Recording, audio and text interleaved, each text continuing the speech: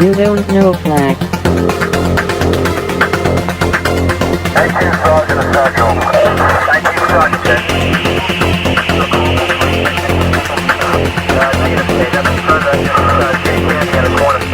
You don't know flag. Welcome to You Don't Know Flag, a podcast full of stories about retro gaming, retro computing, video games, arcade games, and technology from a guy who was there and still is. My name is Rob O'Hara, but for the next 30 minutes, you can call me Flag.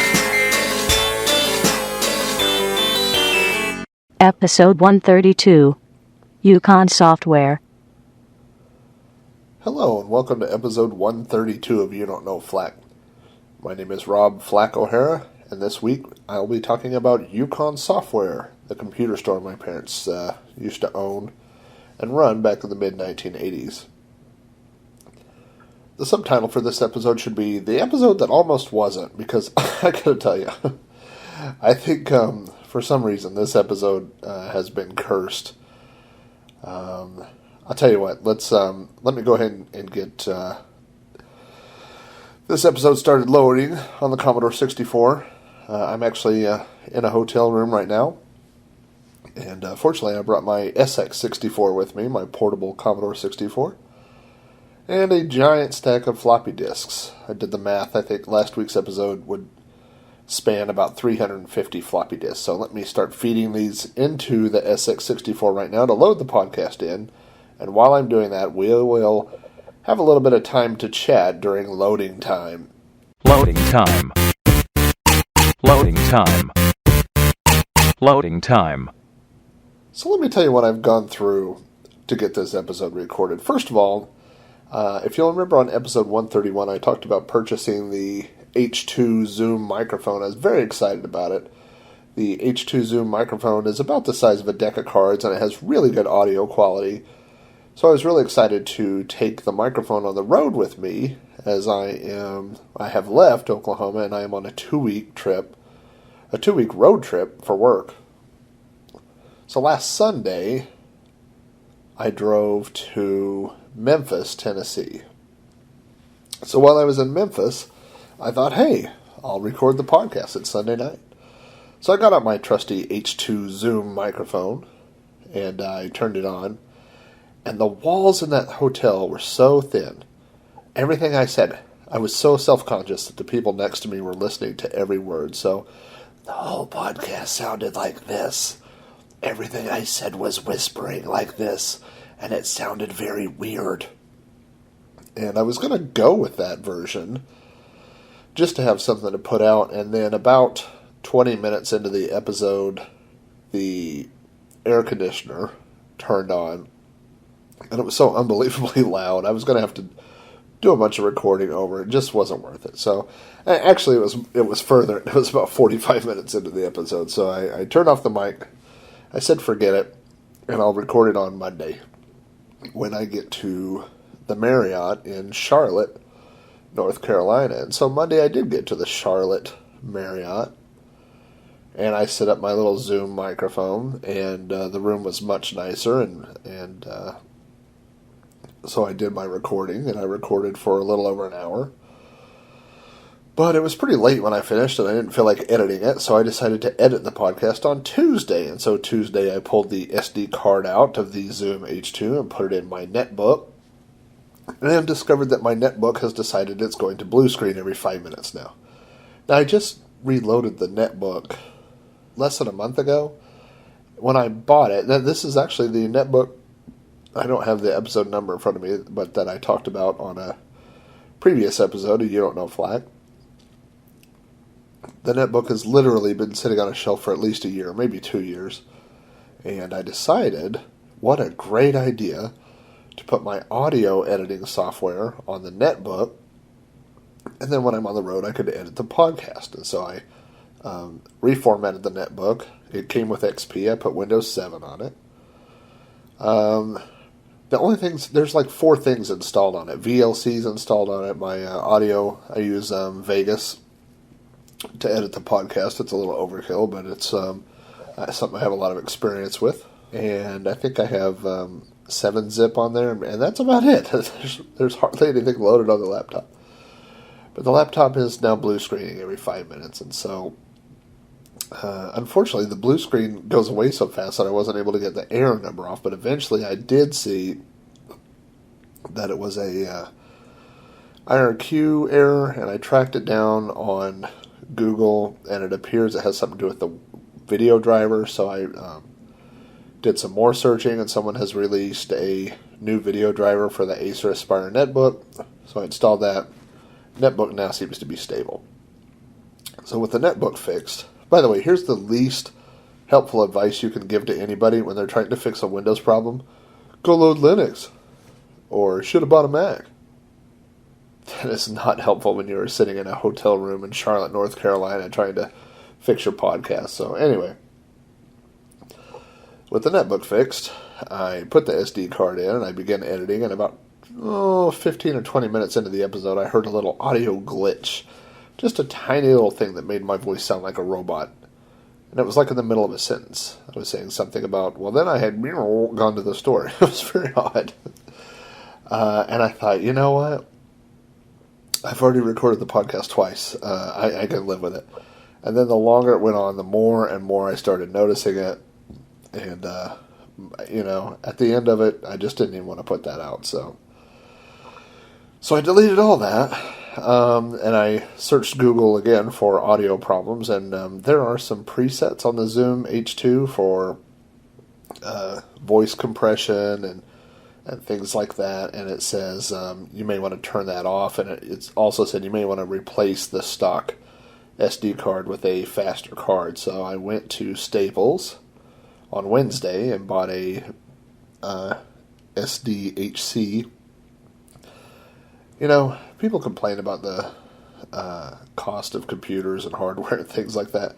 The last SDHC 8 gig card I bought, I want to say I paid $75 for a couple of years ago when I bought my new camera. This one was $10. It was literally the cheapest card they had, an 8 gig SDHC card at Staples. So anyway, I bought the new card. I turned off all the compression. I'm not recording to MP3. I'm recording straight to WAV. If this one's screwed up, that's it. Then the Zoom H2 goes in the trash, and I will go back to hauling around the Blue Yeti, which has never, ever, ever given me any problems. So this is the last try for the Zoom H2. So what else went on this week? Well, I guess it would be callous of me to not talk about the Boston Marathon bombing. It's been a few days now. It's been over a week, I guess. So it's funny how those things fade quickly.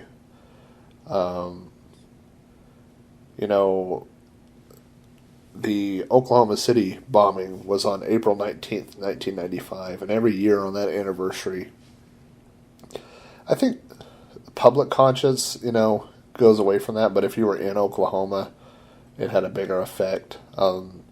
Almost everybody knows somebody who knows somebody who was in the bombing. Almost everybody knows someone who was affected by the bombing. My cousin died in the Murrah building bombing. She worked at the daycare. And so every year around April 19th, it's not really a thing that I sit around and get depressed about, but I do sit around and I take a moment to think about the things that I do have, and the one thing that's always affected me about that is that Timothy McVeigh bombed a federal building to prove a point. But the people that were in that building weren't really people he was angry with. I guess some of them were, but I don't think the kids in the daycare were. I don't think a lot of the other people, the innocent bystanders, were. I don't think, he might have been mad at an agency or a group of people, but not the people that were specifically there. And that's always bothered me a little bit because I work in a federal building. And, of course our security has changed infinitely since that day. Before that day, you could actually, people off the public could drive up to the building I worked in, walk in, come have lunch with you or whatever. And about a week after the bombing is when they erected a giant gate all the way around our entire campus and put up guard gates and badges and parking decals and all those kinds of things. So it changed a lot. But anyway, I didn't really think about that this year because of the these two morons that decided to bomb the Boston Marathon. And I guess news is still unfolding about that. They said today on CNN that apparently they had this guy they carjacked. They were asking questions about how to get to Manhattan, how to get to New York City, that they had more bombs with them, and that they were planning on setting off more bombs in Times Square. And I don't know, I really wasn't looking forward to this road trip in a way, being away from my family and my stuff is hard for 2 weeks, but I was glad to get away from this onslaught of news, just this crushing flood of updates and, Twitter and Facebook and the TV channels and the news, and it's constantly, this flood of information about the bombing, and so it's good to kind of get away and just turn it off for a little bit, So anyway, enough about all that. Let's not talk about depressing stuff. Let's talk about happy stuff. Let's talk about retro fun stuff. And I did get some emails last week, and I will just go over a couple of them really quick. I'm going to save some for the next episode because I got a lot. The episode 131 about the boxing was very popular. I got an email here from my old buddy Josh Risner up in Tulsa, who said that he really enjoyed that he first found out about these boxes from reading my book Commodore. And he says that he used to make free phone calls from payphones by using the old paperclip trick, which a bastardized version of that was shown in War Games when Matthew Broderick shorted out a payphone with a pop tab. But there was a similar trick that could be done with paper clips. But so thanks for letting us know about that, Josh. I will send the authorities your way. They probably had security cameras back 30 years ago at the mall, and they will be coming to visit you shortly.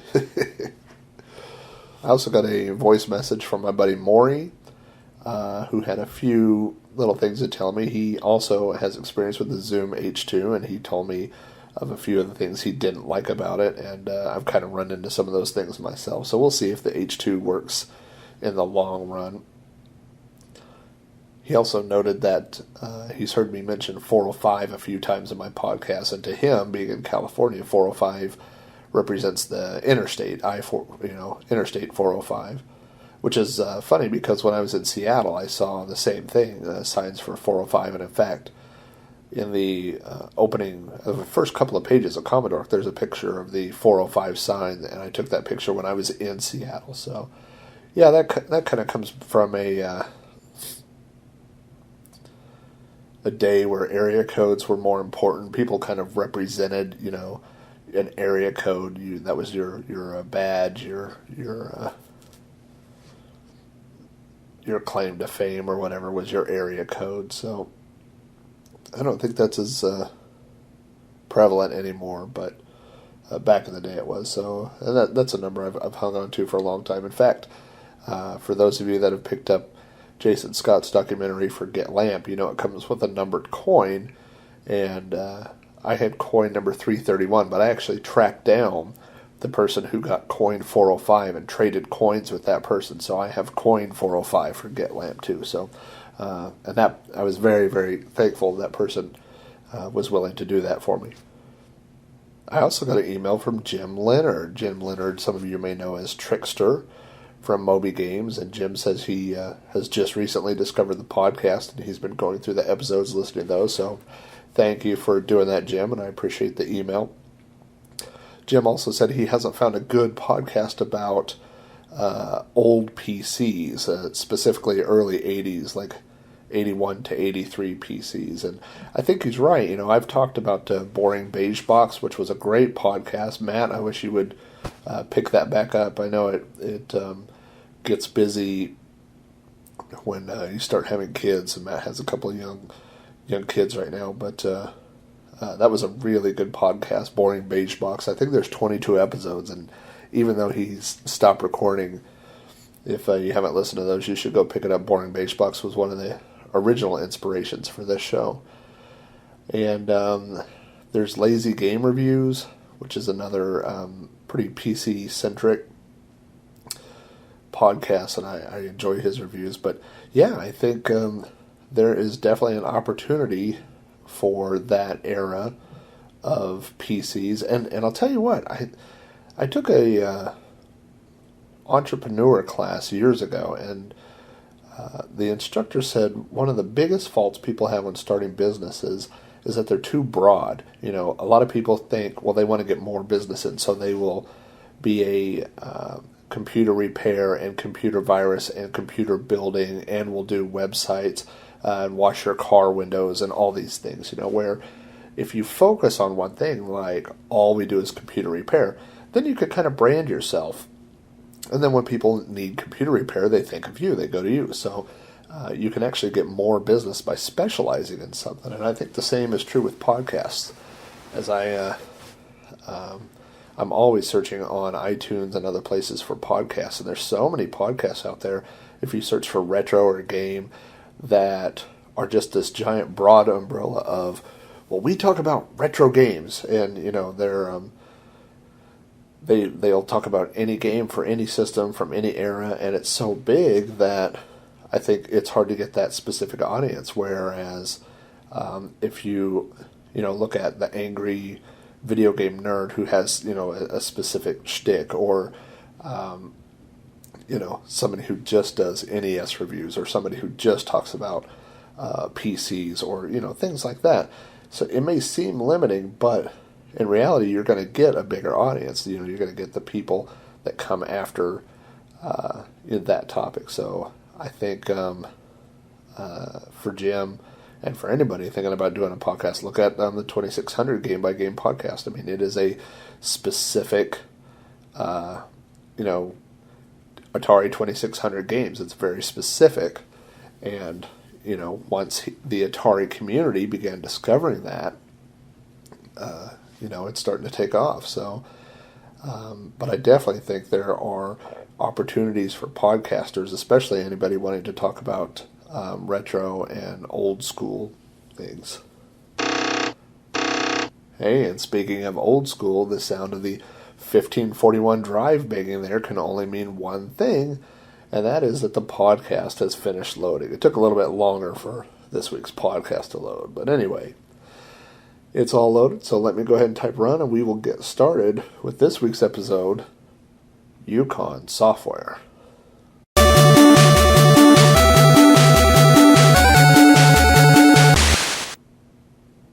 If you've listened to old episodes of You Don't Know Flack, or read my website, or follow me on Twitter, or read my book, or any of those things, really, if you know anything about me, you know that I started with computers at an early age. My dad he bought a TRS-80 Model 3 for us. I talked about this in episode 1 in 1980, right before I turned 7 years old. So at the age of 6, I began learning how to program in BASIC, and just in general, work with home computers. In 1982, he sold that computer and bought a Franklin Ace 1000, which was an Apple II compatible. And we had that for a few years. He eventually we kept that, and he bought a IBM PC Junior, and then an IBM XT, and then in 1985, I got a Commodore 64, and we eventually got a Commodore SX64, the portable Commodore 64, from a neighbor of ours. So by 1985, I mean, there were lots of people that didn't have home computers in 1985. lots of people that had never used a personal computer in 1985, and we had several. My dad had a desk in the kitchen area that originally had the. I grew up in a house, a 3-bedroom house with a living room, a kitchen, a dining room, and that was it. There was no den, there was no spare bedroom, there was no anything like that. So my dad had put a computer desk in the kitchen, and that's where the TRS-80 was, and then that's where the Apple was. But by the time 1984, 1985, and he had started building up, owning multiple computers, he ended up building, my dad was always building things out of wood, and he built this computer desk that I want to say was probably 8 foot wide, maybe 3 foot deep, and so it had enough space on it for 3 computers. So at one time it had the Franklin Ace on it, the PC Junior, and maybe the XT, and then the Commodore 64 went in my room on a different desk. So at that time in Yukon, Oklahoma, if you wanted to get something computer related, you went to Radio Shack. Radio Shack was the only place that sold floppy disks, and they were expensive at Radio Shack. And if you wanted something PC related, or actually Tandy related, you could go to Radio Shack. But as far as a lot of PC things, nothing Apple, nothing Commodore, nothing like that. So it was pretty limited in what you could get in Yukon. Now there was a store called Secondhand Software that specialized. They had Apple and I think Commodore and PC stuff, and they were probably 20 minutes away from our house. And then there was another place named Cosol's that was maybe another 10 minutes, so it might have been half an hour away from our house. And then there were the computer stores like Wizards that were in the mall where you could go get things. But there weren't any stores catering to computer owners in Yukon. And so my parents, I'm assuming here, I had hoped actually to interview them for this episode, and I just didn't get around to it before I left on this trip, so I may take that as an IOU. I may follow up later, do a sequel to this episode or something with some interviews. But I assume that they thought that there would be a market for a computer store in Yukon, Oklahoma, and so they went and found an area in a strip mall. I don't know the name of this strip mall. It's probably changed since then. If you are familiar with Yukon, Oklahoma, it's where the old Big Ed's restaurant, where Miller Grill is now. But it was in there, and there was a pawn shop. I think the pawn shop's still there. And there was a video rental store, and then there was an empty store next to it. And so that empty spot next to the video rental store became Yukon Software. And so my dad painted this big sign with a Y and a S intertwined on a 4x8 sheet of plywood. And I have a few pictures of Yukon Software. I think they were all taken, it's all from one roll of film, and I think it's like, the week before the store opened and the first couple of days. So this was probably May of 1985. So I had just started, for me it was the summer break. I had just started the summer vacation between 6th and 7th grade. So now my dad at that time was working this crazy shift. When I was a little kid, much younger, he used to work 3 p.m. to 11:30, I think. Basically, it was 3 and then 3 p.m. and then he got home right around midnight. So, and Monday through Friday. So during the week, I didn't see him, except for he would come to school and he would check me out for lunch on Wednesdays. And so every Wednesday, that was a big treat back then to get to leave campus, a second and third grader, go have lunch with somebody, So every Wednesday I got to go out have lunch with my dad. And so anyway, at some point, I don't know, 5th or 6th grade, something like that, he changed to this other shift. The printing plant he worked at moved to a 24-hour printing. And so the shifts were noon to midnight and midnight to noon, and you either worked Monday, Tuesday, Wednesday, or Thursday, Friday, Saturday. And so my dad ended up working midnight to noon on Thursdays, Fridays, and Saturdays. So you can imagine what the rest of his week was like. I mean, he had, and he worked every other Sunday too. So when he worked on Sunday, I mean, he would spend Monday trying to readjust to a normal sleep schedule, and then have Tuesday and then Wednesday have to try to go to bed at, 4 or 5 p.m. in the afternoon to get some sleep before he had to go to work, Thursday or, Wednesday night at midnight. So basically, because he was working that shift, that left my mom to kind of run the store. So she ran the store during the day while he was at work, or at night, when he was sleeping or whatever. And my sister and I would hang out. Now, the store was, if you kind of think about it, like 2 squares, like the front half and the back half. I guess that's the easiest way to explain it. So the front half would be the store, and then the back half would be like the private employee-only area. So the front half of the store, if you could divide that up into fourths, there was a sectioned off fourth in the back right-hand corner, and then the rest of it was all open, like a big L shape. So down the left-hand side were 3 sets of wooden shelves, that my dad made. I told you my dad was always making things out of wood. And so he had set up these 3 different wooden shelves, and one was for PC, software and hardware, and one was for Apple, and one was for Commodore. So he had those shelves, and then in the front part of the L there was a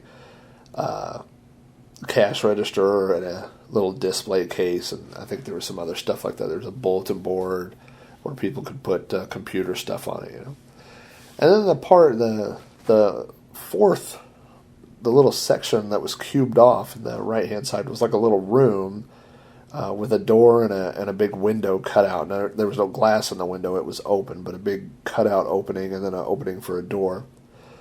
And so that giant computer desk that he built for our house ended up getting moved in that room. And so on that desk, he had set up, I want to say the PC Junior and the Franklin and the SX64. And then the XT stayed home at our house. And then, of course, the Commodore 64 stayed in my room. But so he had all those computers there hooked up, and that we would run games on them. So my sister and I were allowed to play games all the time because it was like showing off product, to customers. Or a lot of times, like on the Apple, I would load up Little Computer People and just let that run. Or different things on the Commodore or on the PC or whatever. I remember actually doing my homework on that PC sometimes in the store. So anyway, that was the front half of the store. And then the back half, there was a little kitchenette, and then there was a little area with like a love seat and a TV. I mean, this is really small quarters in the back.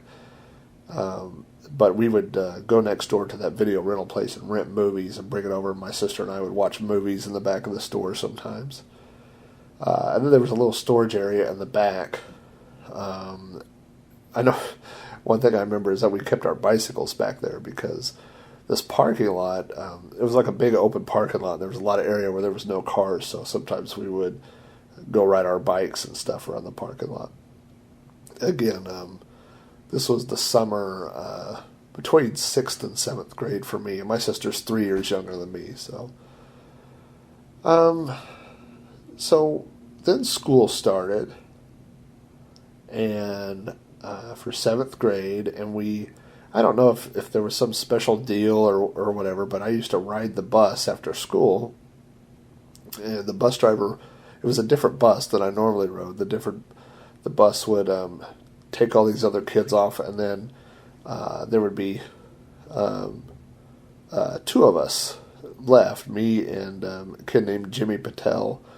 And Jimmy Patel's parents owned a motel that was just down the street. So Jimmy and I would stay on the bus, and then the bus driver would drop Jimmy off at the motel and then drive a block over and drop me off by the strip mall.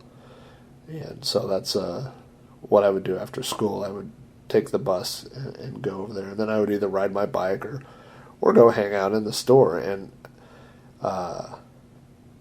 to be in 7th grade when, owning a PC in 1985, 1986 was, I won't say prestigious, but, not everybody had one. So getting to hang out at a computer store, I thought was super cool, and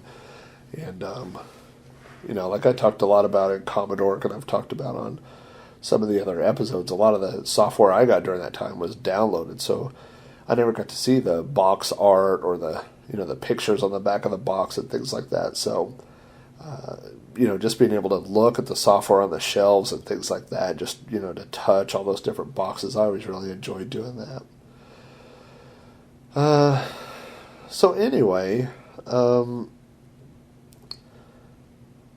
what happened to Yukon Software? Well, first of all, my parents, I know they've told me in the past they took out a $30,000 loan, and that was to run the store for 1 year. So that included, paying rent for 1 year and operating expenses. So at the beginning of that time, when they opened the store, there was nowhere in Yukon to buy things like, discs or games and things like that. By the time that year had passed, and we were coming up on the spring of 1986, you could buy that stuff, and you could buy it at Walmart. So, I'm not going to turn this into a Walmart bashing podcast. In fact, one of my good friends works for Walmart, but it's a fact that Walmart puts small businesses out of business. There were several grocery stores that were put out of business in Yukon when Walmart opened up. There were clothing stores in that area that got put out of business. There was an Anthony's that got put out of business when Walmart opened up. And eventually Yukon Software got put out of business. I remember one night in particular looking at a dealer's software catalog. And my mom was going through it looking for new games to buy. And they would actually use me almost as a consultant. Hey, what games are hot? What games are people wanting to buy? That sort of thing like that. And I would go through these catalogs and help them pick out things for the store. And I remember we were looking at this game. I want to say it was alternate reality. That's what's always struck in my head, that's what it was. But and I could be fudging a little bit here on the numbers, but essentially the suggested retail price was $30 for this game. The price that my parents could order this game for was $27. So they could buy it, have it shipped, do all this stuff, and then make $3 profit. The price at Walmart was something like $25. So it literally would have been cheaper, instead of going through dealers wholesale at the rate my parents could order. It would have been cheaper to just go to Walmart and try to buy things, and then sell them at their store. I remember one of the things my dad had started doing was, boxes of floppy disks. The going rate was about $10 for 10 discs, for a box of a brand name floppy disk, Memorex, Bonus, Elephant, something like that. But over at Cosol's, they would buy discs in bulk. You could buy discs like in the hundreds or thousands. In fact, you could order them separate from the sleeves, the paper sleeves, and you could get them fairly inexpensively. So he would sell at Cosol's, he would sell 10 discs in like a sandwich baggie. So it wasn't even in a box. These were just generic discs. And he would sell those for like $7. And so my dad would go over there and buy discs and then go back to the store and copy public domain software onto the discs and sell them for $1 each. So if he sold all 10 of those, it would be $10. So I thought at the time, boy, what a great idea that he's doing this. He's buying these for $7 and selling them, for 10. And now I think how desperate may not be the right word, but to make money, he was driving all the way out to Cosal's to buy these discs, driving back and putting all the time into copying the software and making these labels and stuff, and basically making 30 cents per disc. So knowing that now, looking back, I think that they probably weren't selling as many things as it felt like they were when I was a kid.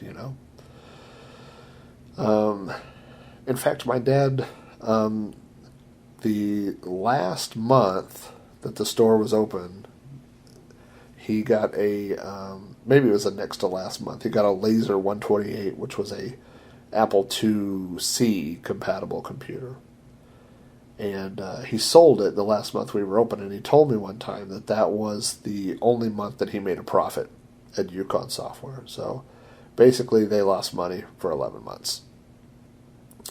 Or barely broke even, more or less. And yeah, once Walmart began selling some of the same things, then it was over. There was just no way to compete on a financial basis. So in May, maybe June of 1986, Yukon Software closed its doors.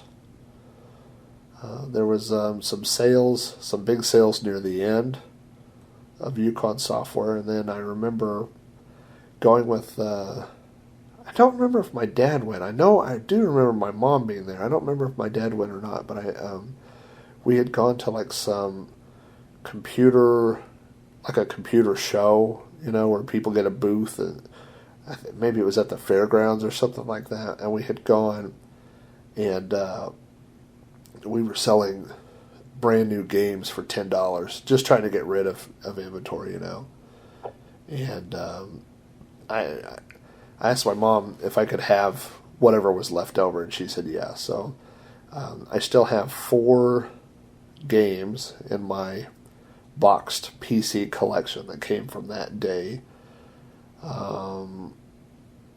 One is a Microsoft football game that has a $10 price tag on it. I still have that. I still have, there was a game called Trivia Fever, which was a horrible game.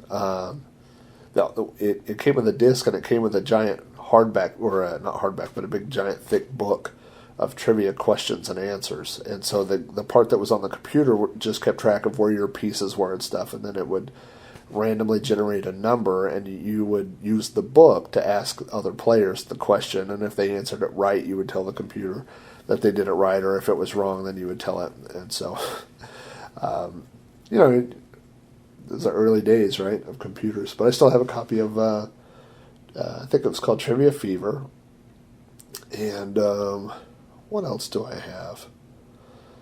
Oh, I have a copy of, I think it's called Lords of Conquest, which was Electronic Arts, basically a ripoff of Risk.